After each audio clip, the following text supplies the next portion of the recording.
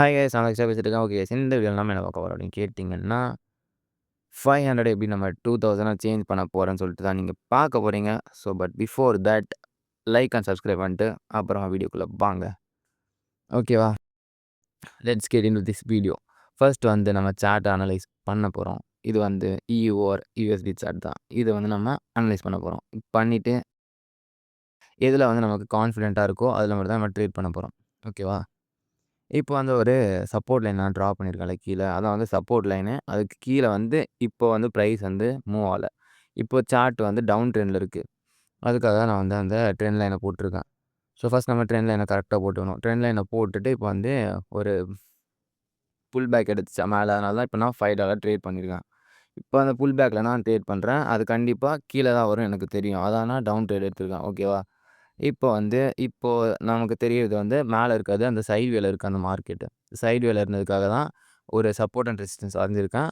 அதுக்கப்புறம் இந்த ட்ரெண்ட் லைன அதுக்கு மேல எங்கேருந்து டவுன் ட்ரெண்ட் ஸ்டார்ட் ஆயிருக்கோ அதுக்கு மேல வந்து நான் எக்ஸ்டெண்ட் பண்ணியிருக்கேன். ஓகேவா? இப்போதைக்கு மார்க்கெட் வந்து டவுன் ட்ரெண்ட்ல தான் இருக்கு.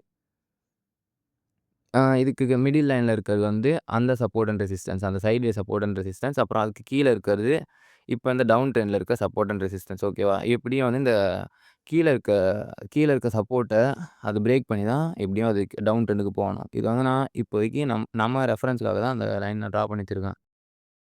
ஓகே. இப்போதைக்கு இந்த இந்த சைட்வேஸ்க்கு அப்புறம் தான் மார்க்கெட் வந்து டவுன் ட்ரெண்டுக்கு வந்திருக்கு. சரி ஓகே. நம்ம ப்ராஃபிட் வந்து வந்துருச்சு. $9.30 நமக்கு ப்ராஃபிட் வந்துருச்சு.